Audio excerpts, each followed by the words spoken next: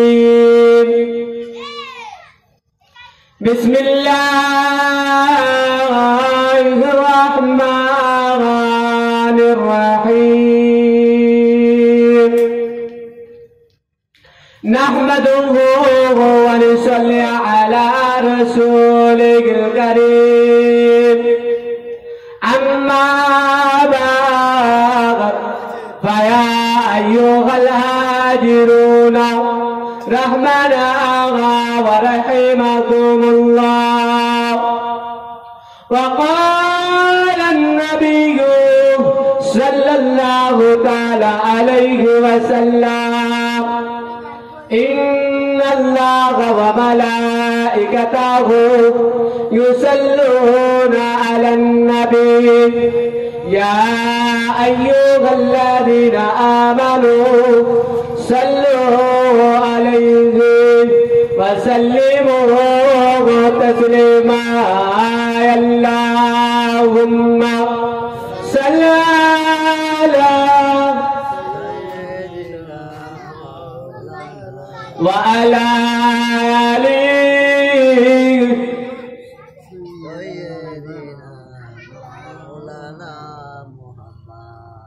حسن حسین نبی پیارا پیتا ماتا غلی فاطمہ حسن حسین نبی پیارا پیتا ماتا غلی فاطمہ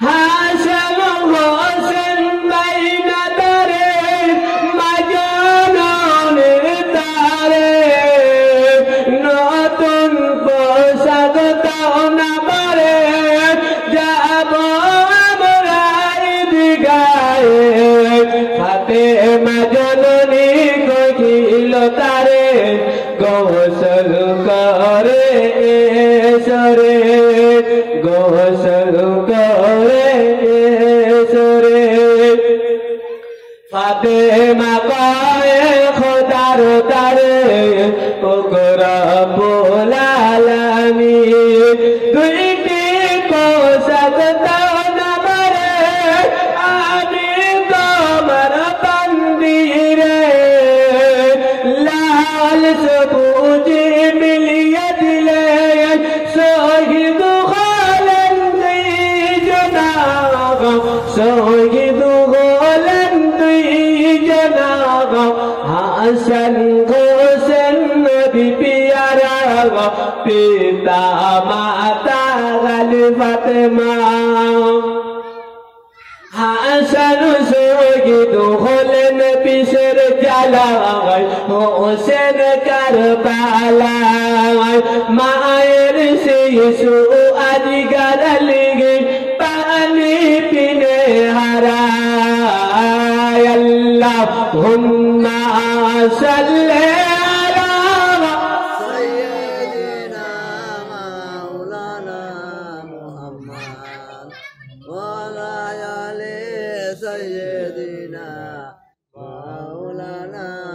কলেমা জিকির লা ইলাহা ইল্লাল্লাহ তারে জোরে কলেমা জিকির লা ইলাহা ইল্লাল্লাহ লা ইলাহা ইল্লাল্লাহ মুহাম্মাদুর রাসূলুল্লাহ সকলে বলো সাল্লাল্লাহু তাআলা আলাইহি ওয়াসাল্লাম সমস্ত প্রশংসা সমস্ত গুণগান সেই মহান রব্বুল আলামিনের জন্য যে আল্লাহ পাক আমাদেরকে আজ এই মিলাদুন নবীর জলসার বসার আনার তৌফিক এনায়েত করেছেন তার উপরে লাখ লাখ শুকরিয়া সকলে উচ্চ আওয়াজে পাঠ করি আলহামদুলিল্লাহ সকলে মিলে বলে আলহামদুলিল্লাহ তারপরে পরে জানাই কি আল্লাহ পাক আল্লাহ তাআলা সৃষ্টি না করতেন 18,000 মখলুকাত কায়নাত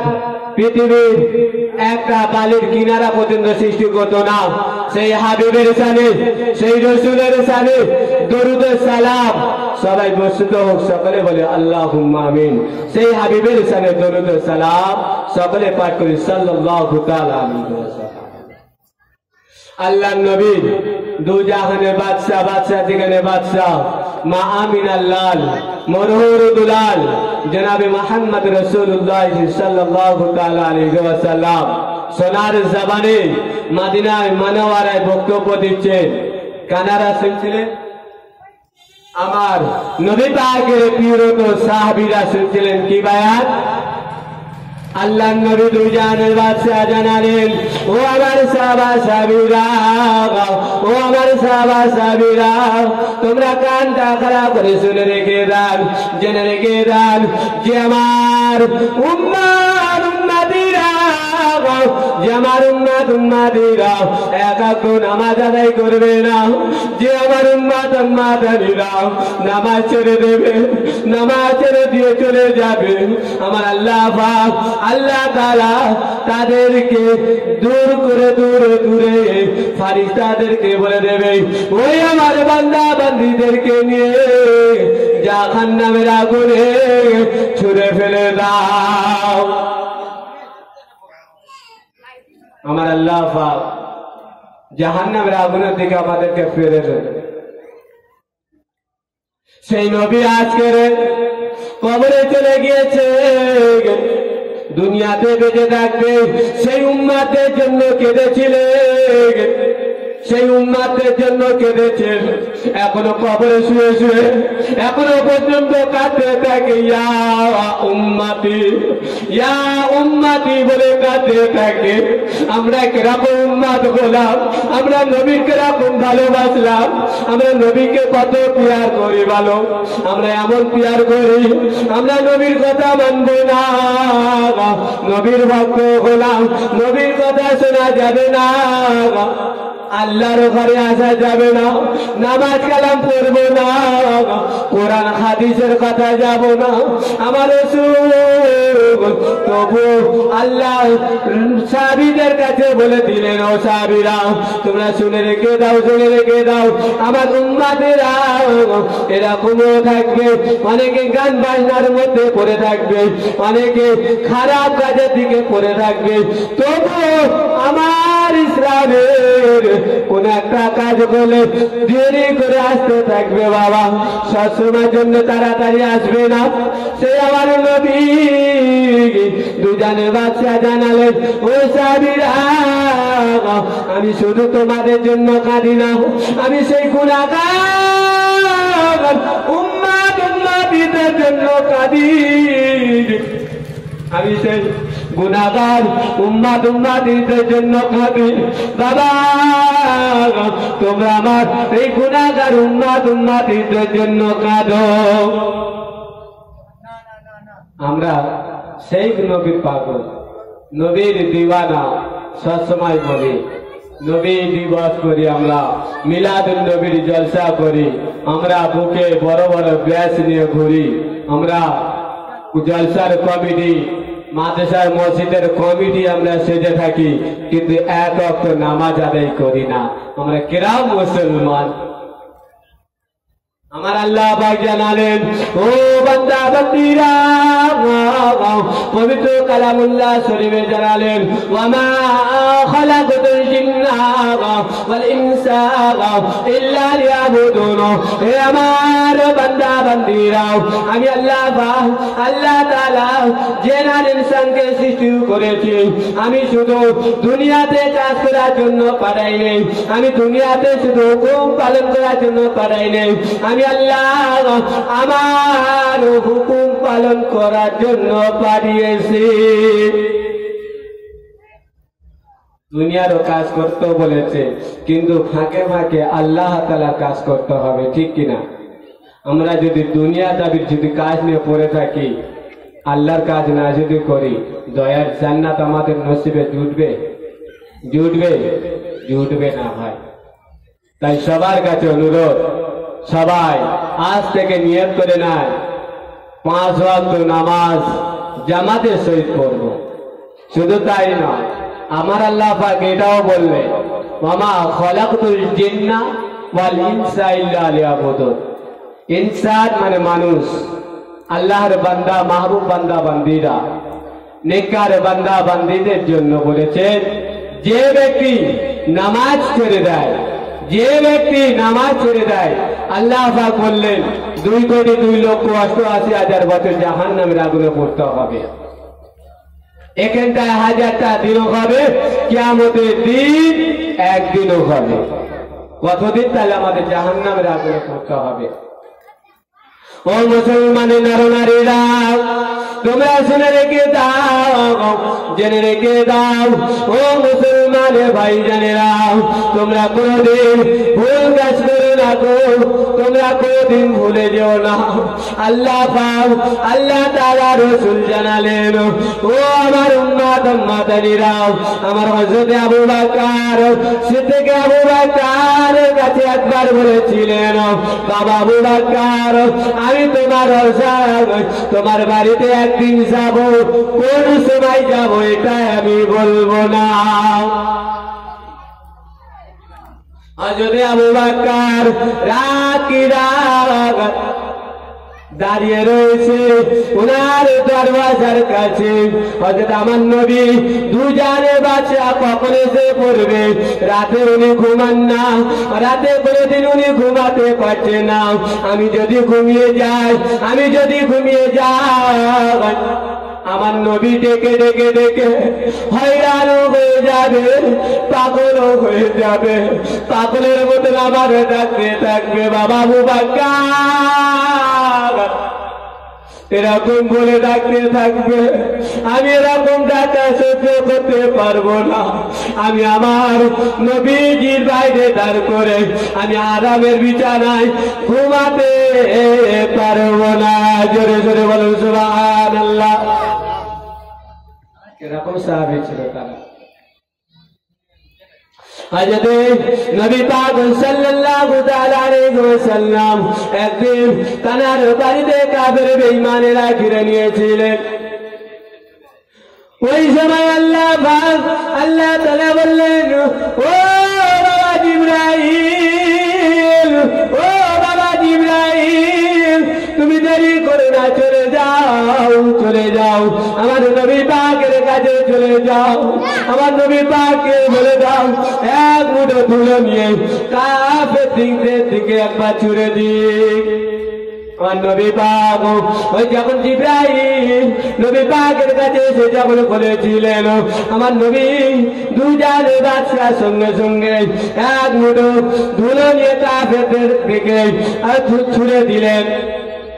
সমস্ত কাফের বেঈমানেরা ক্লান্ত হয়ে গেলেন। কেউ আমাকে নবীকে খুঁজতে পারছে না, কেউ আর দেখতে পাচ্ছে না। আমার নবীজি ওই সময় ঘেটে ঘেটে ওদের পাশ থেকে ঘেটে ঘেটে চলে গেলেন, সেই আবু বকরের কাছে চলে গেলেন। আবু বকরের বাড়িতে গিয়ে শুধু একবার বলেছিলেন, বাবা আবু বকর, বাবা আবু বকর। এই আওয়াজটা যদি একবার দিয়েছিলেন, আবু বকর সঙ্গে সঙ্গে দরওয়াজাটা খুলে দিলেন। আসসালামু আলাইকুম ইয়া রাসূলুল্লাহ, আসসালামু আলাইকুম ইয়া হাবিবাল্লাহ, হুজুর আপনি এসেছেন। আমি আবু বকর খুশিও হয়ে গেলাম। জোরে বলেন সুবহানাল্লাহ। সেই আবু বকরের বাড়ি, সে আমার নবী কবে বলেছিল, সেই ততদিন ধরে রাত কি রাত দিন কি দিন দরওয়াজার কাছে দাঁড়িয়েছিলেন। সুবহানাল্লাহ হবে না? আবু বকর জিজ্ঞাসা করলেন, ও বাবা আবু বকর, আমি একবার মাত্র দেখেছিলাম, তুমি দরওয়াজাটা খুলে দিলে কিভাবে? বলছি ইয়া রাসূলুল্লাহ, হাবিবাল্লাহ, হুজুর আমি রাতে কোনোদিন ঘুমাই না, আমি রাতে কোনোদিন ঘুমাই না।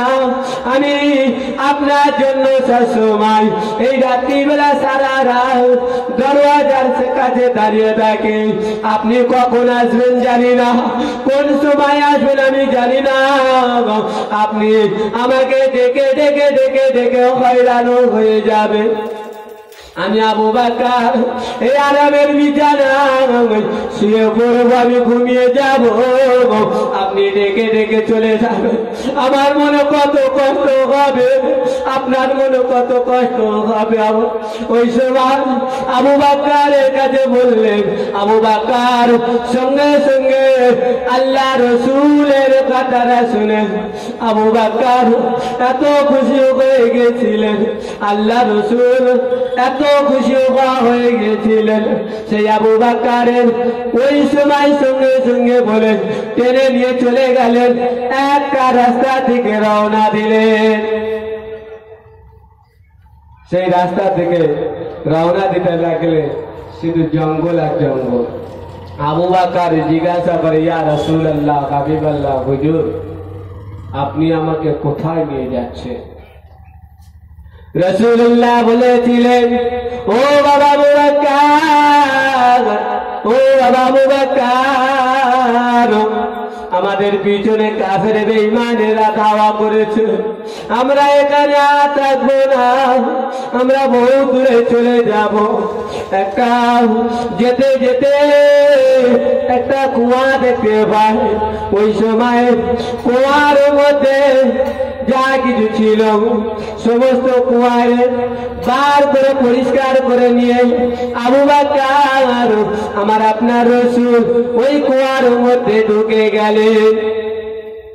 ওই কুয়ার মধ্যে ঢুকে আবু বকর সমস্ত ওনার গায়ে যে রান্নাটা ছিল ওই রান্না দিয়ে সমস্ত কুয়ার মধ্যে সাপের যে ফুটে তুলেছিল, যে গর্ত তুলেছিল, সেই গর্ত তুলে একটু একটু একটু একটু করে কাপড়টা ছিঁড়ে সমস্ত গর্ত তুলো বন্ধ করে দিলেন।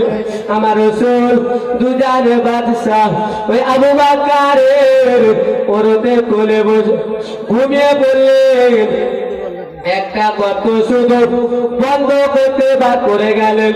আবু বকর চিন্তা করতে লাগলেন, আমি সমস্ত গর্ত বন্ধ করে দিলাম, একটা গর্ত বন্ধ করতে পারলাম না।